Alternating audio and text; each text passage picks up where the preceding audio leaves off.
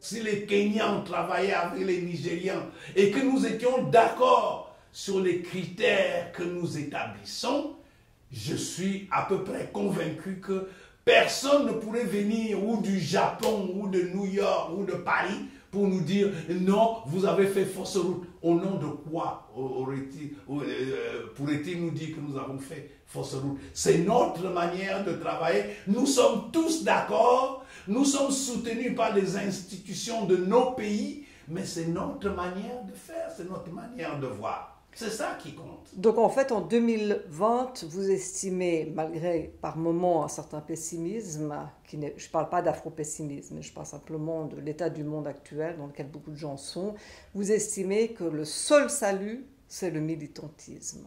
Absolument, le seul salut, c'est le militantisme, et le militantisme peut commencer au niveau individuel, mais il doit assez vite dépasser le niveau individuel pour être collectif et pour être transnational. C'est comme ça que ça fonctionne.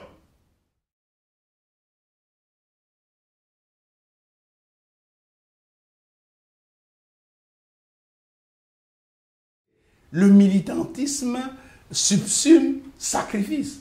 Vous ne pouvez pas militer et croire que vous allez devenir un héros et qu'on va vous applaudir. Non. Quand vous militez, vous ne pouvez pas d'emblée penser aux victoires que vous allez engranger. Quand vous militez, il faut être prêt au sacrifice même, je dirais même au sacrifice suprême. Et le problème que nous vivons, le problème pour la jeunesse africaine aujourd'hui, est que même quand elle veut militer, elle n'a pas été préparée. Je veux dire, elle n'a pas été préparée théoriquement, historiquement, idéologiquement, aux retombées ou aux conséquences de son militantisme. Parce que cette jeunesse africaine-là croit que cette jeunesse africaine-là a été le plus souvent manipulée par le pouvoir politique néocolonial. Parce que le pouvoir politique néocolonial cherche presque toujours à l'utiliser et à le manipuler.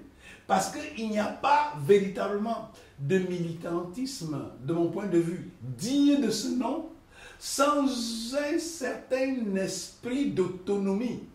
Et par esprit d'autonomie veut dire que vous puissiez définir par vous-même ce que vous voulez devenir et quel est l'environnement dans lequel vous allez évoluer et quelle est la société imaginaire, imaginée que vous voulez, dans laquelle vous aimeriez vivre et comment vous percevez dans l'avenir. C'est quelque chose d'extrêmement important. Et parce que si vous militez pour le compte, en quelque sorte, si vous militez par procuration, on ne peut pas militer par procuration. Je ne peux pas militer quand je milite simplement pour le parti au pouvoir, parce que j'imagine qu'après une marche on va me donner une cuisse de poulet à manger parce que j'ai faim. Je fais la marche parce que j'ai faim. Mais ça, ce n'est pas du militantisme. Vous êtes tout simplement une marionnette. Vous êtes tout simplement une marionnette. Or, beaucoup d'éléments de la jeunesse africaine agissent comme des marionnettes. Attention, et c'est là toute la différence. Et le problème, le véritable problème avec la jeunesse africaine aujourd'hui, c'est que l'école où l'on apprenait, où l'on se formait pour avoir cette personnalité qui vous permettait d'envisager votre avenir de manière responsable et autonome, l'école est devenue aujourd'hui une espèce, j'allais dire, d'encan. On ne sait pas ce qu'on y enseigne, on ne sait pas ce qu'on y fait, n'est-ce pas? C'est tout simplement une manière d'empêcher les jeunes, comme dirait un digne ministre de chez moi, d'empêcher les jeunes de descendre dans la rue. On crée des écoles où l'on ne sait pas ce qu'on enseigne, où l'on ne sait pas ce qu'on y fait. Mais on sait que le matin, les enfants vont y aller, on va faire semblant de les former, mais c'est tout simplement pour les empêcher de descendre dans la rue. Vous voyez? Et c'est ça qui crée une espèce de clair-obscur, pour ne pas dire de flou, dans ce qu'on appelle le militantisme aujourd'hui. Et c'est pour ça que vous voyez en Afrique aujourd'hui, dans beaucoup de pays africains, pour ne pas parler du Cameroun, peu de véritables militants engagés, dont ils ne peuvent pas véritablement être amenés à transformer la société, parce que même quand ils se mettent à militer, le pouvoir en place, le pouvoir qui contrôle la société, sait déjà jusqu'où cette jeunesse-là est prête à aller. Et sait déjà qu'il suffira de faire ci, de faire ça, de leur offrir à manger, de leur faire des promesses fallacieuses, dont elle-même n'est pas capable d'analyser, dont la jeunesse elle-même n'est pas capable d'analyser le véritable contenu, qu'il suffira de le faire dans un beau discours et que tout cela va s'arrêter. Donc il faudrait que, même quand on se met à table pour négocier, autour d'une table pour négocier, que cette jeunesse-là ait les moyens de comprendre ce qui est en train de se passer, d'anticiper sur l'avenir. Et c'est là le sacrifice, parce que à un moment donné, on va dire, mais non, vous exagérez, vous allez trop loin, vous allez trop vite.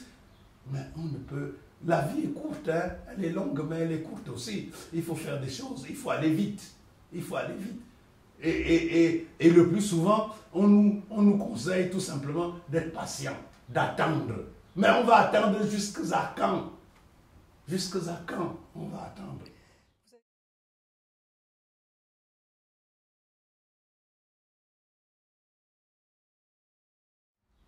Les universités occidentales ne fonctionnent pas en roue libre, mais elles ont toujours participé, puisque c'est le modèle. Elles ont toujours participé. Si en Afrique, nous reprenons le modèle des universités occidentales tel quel, mais on se rendra très vite, très rapidement compte que ce modèle-là n'est pas adapté à nos réalités.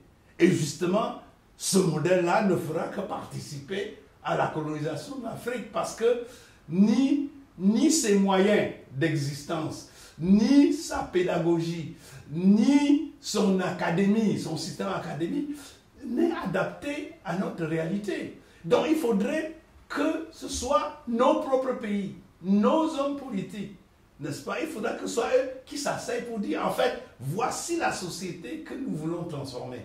Voici le développement tel que nous l'envisageons. Pour ce faire, quel type d'individu, quel type de cadre, quel type de diplômés devons-nous former? Sinon, toutes les universités, en quelque sorte occidentales, ne peuvent que, prises telles quelles, ne peuvent que contribuer à la néocolonisation, si on peut s'exprimer ainsi, de l'Afrique. Il n'y a rien à faire. il ne faut pas croire que même quand on y va, vous savez, l'un des problèmes majeurs de l'Afrique, ce sont les diplômés des universités occidentales qui viennent chercher les diplômes dans les universités occidentales. Les gros diplômes, ils sont très brillants et ils rentrent en Afrique occuper des postes. Parce qu'ils croient qu'il suffit d'avoir un beau diplôme, n'est-ce pas, de la Sorbonne, de Harvard, de Cambridge, de je ne sais pas où, d'autres, et de retourner en Afrique, appliquer les principes, les préceptes qu'on a appris dans ces écoles-là. Mais ça ne fonctionne pas. Ça ne fonctionne pas. Ce ne sont que des principes.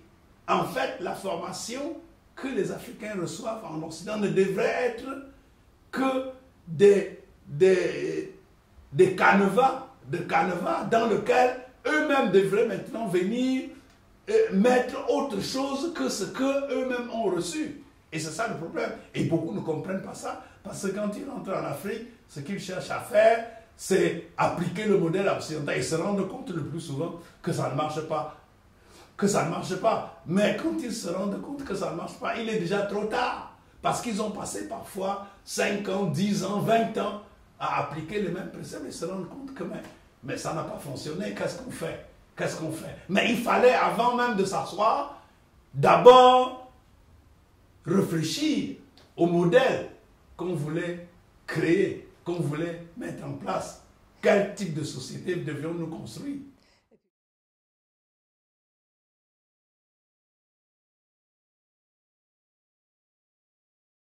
Bien sûr, le problème d'argent est un problème, à la limite, hein, j'oserais aller jusqu'à dire que le problème d'argent est un problème simple, qu'on peut résoudre.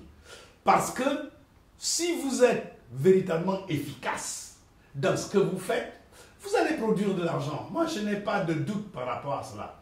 Si vous prenez le temps de réfléchir, de travailler véritablement pour les transformations de la société, pour que la société avance, produise, pour que tout le monde se mette au travail, mais vous ne pouvez que récolter les bienfaits de cette démarche-là. Mais si vous venez et vous croyez que c'est d'abord vos diplômes qu'il faut valoriser et c'est d'abord qu'il va falloir que vous mainteniez le standing que vous avez vu vos vis-à-vis entretenir en Occident, évidemment là vous vous cassez la gueule immédiatement parce que ce n'est pas cela.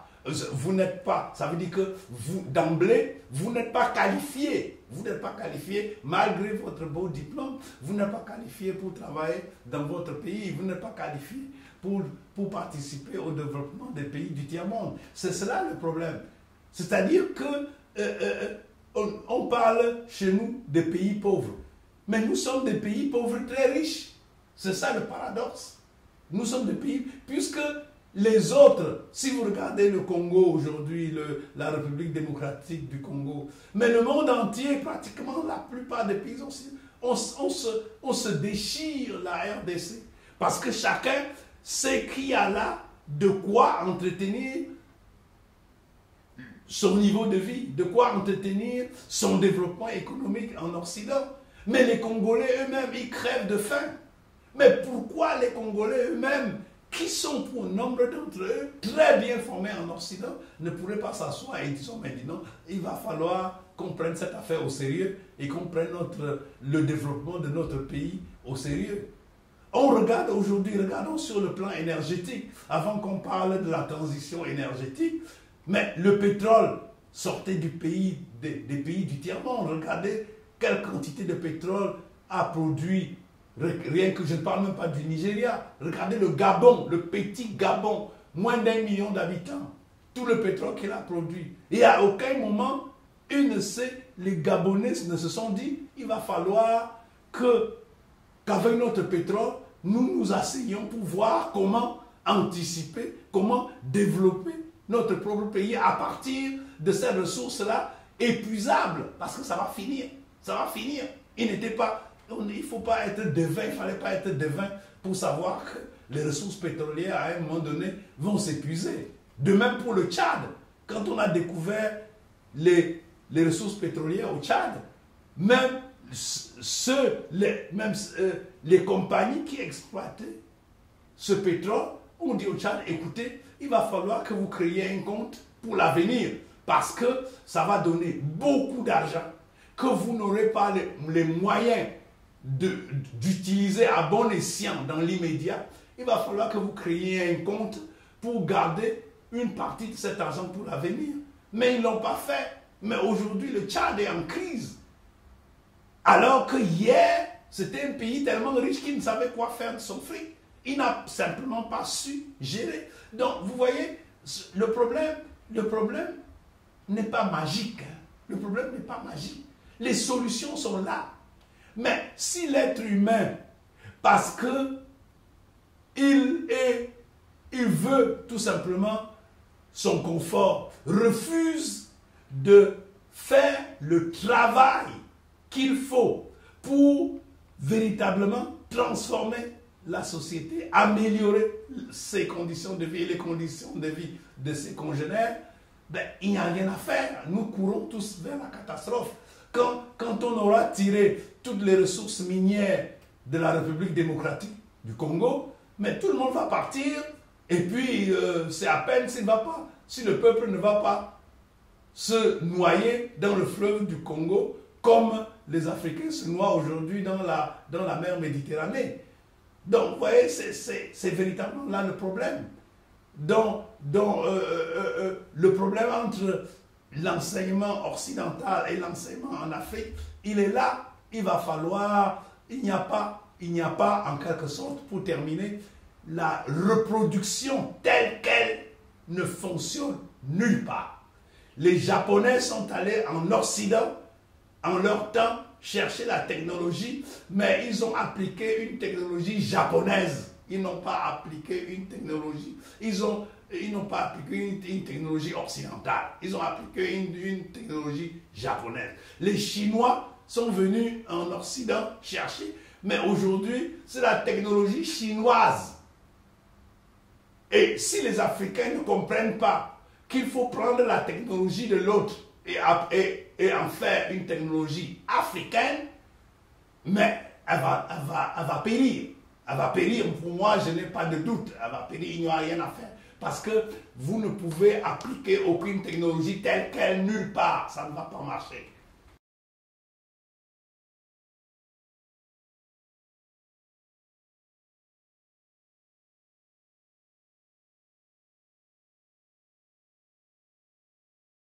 Je ne me suis jamais fait tant d'illusions en termes d'envoyer des étudiants africains, camerounais, aux États-Unis, en Europe,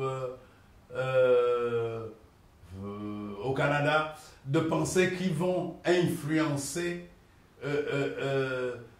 l'approche de mes collègues canadiens ou des collègues de leur milieu canadien, américain, français ou autre.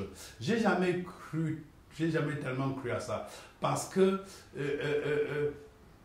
je connais suffisamment mes collègues et le milieu occidental, disons, pour parler ainsi, c'est-à-dire européens et américains, pour savoir qu'ils sont tellement suffisants qu'ils ont souvent l'impression qu'ils n'ont besoin de personne. Bon, donc de ce point de vue-là, je ne me faisais pas d'illusions.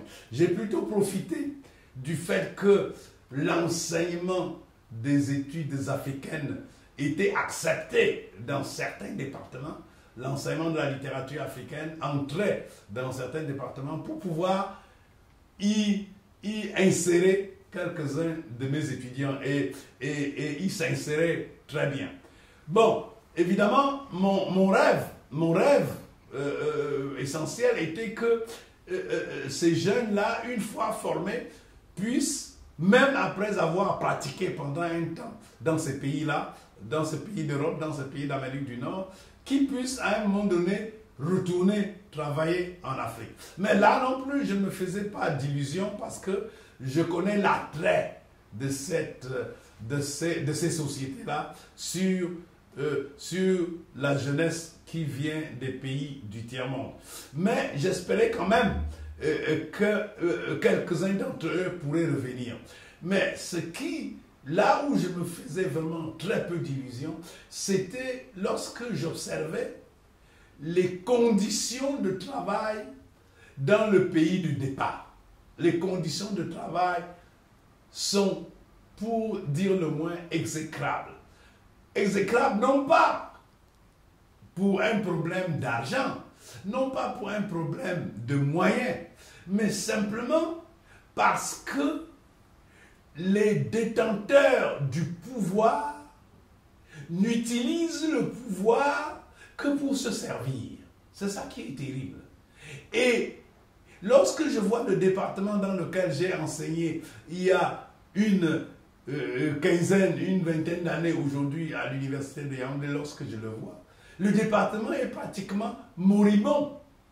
Non pas parce qu'on manque d'argent, non, mais simplement parce que les responsables, les hauts responsables, depuis les administrateurs de l'université jusque dans les hauts responsables, jusque chez les hauts responsables politiques, n'ont jamais pensé qu'il fallait former des cadres valables de haut niveau pour pouvoir maintenir le niveau de formation qu'on avait lorsque moi-même j'y étais.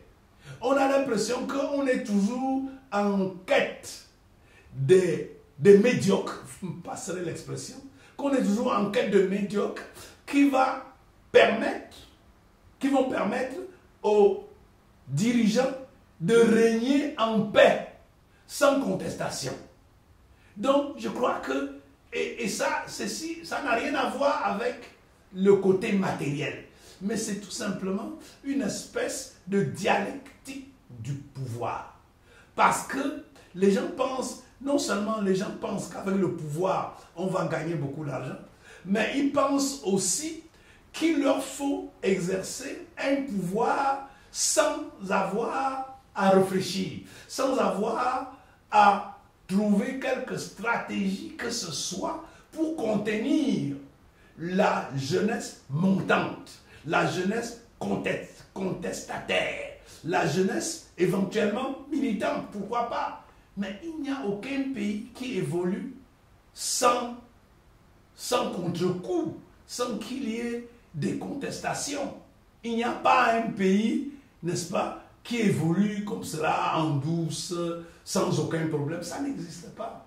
Mais chez nous, comme on ne veut pas travailler, on ne veut pas réfléchir, on ne veut pas penser la société, on se dit que bon, tant qu'à faire, recrutons des médiocres, formons des médiocres, et puis comme ça, on va avoir la paix, et parce qu'on n'aura aucune contestation. Et c'est pour ça que je ne peux pas en vouloir à qui que ce soit de ne pas retourner travailler au Cameroun, parce que je ne pense pas que ce soit essentiellement un problème de moyens matériels. C'est d'abord un problème de pensée. Nous avons d'abord un problème de pensée et un problème de gestion de ressources humaines.